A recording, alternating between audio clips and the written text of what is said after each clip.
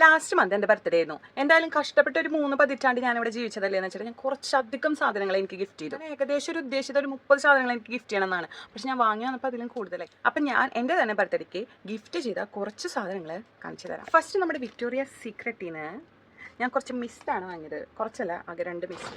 പിന്നെ ഒരു ബോഡി ലോഷനാണ്.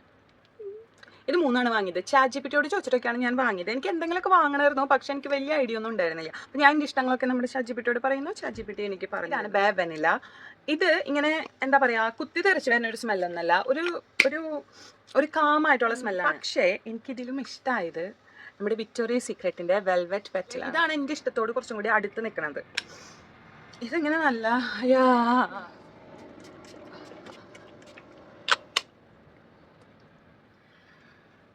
പോലെ തന്നെ ഒരു ഫ്രൂട്ടി ഫ്ലോറൽ മിക്സ് ആയ സ്മെല്ലാണ്.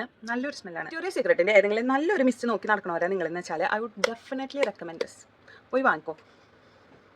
പിന്നെ ഞാൻ ഈ വീഡിയോ വായിച്ചതാണ്. നമ്മൾ മിസ്റ്റും പെർഫ്യൂമൊക്കെ അടിച്ചു കഴിഞ്ഞിട്ട് അതിന് മുകളിൽ കൂടെ ലോഷൻ അപ്ലൈ ചെയ്ത് കഴിഞ്ഞാൽ ഇത് കുറച്ചും കൂടി ലോങ് ലാസ്റ്റിംഗ്. ആ പരീക്ഷണത്തിന് വേണ്ടിയാണ് ഞാൻ സെയിം വനില സംഭവം തന്നെ വാങ്ങിയത്, അതിൻ്റെ തന്നെ ലോഷൻ വാങ്ങിയത്.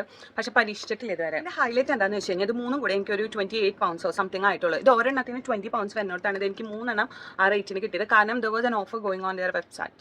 സോ അതുകൊണ്ട് മാത്രമാണ്. ബാക്കി ഡീറ്റെയിൽസ് കാര്യങ്ങളൊക്കെ ഞാൻ താഴെ കൊടുക്കാം. Bye by.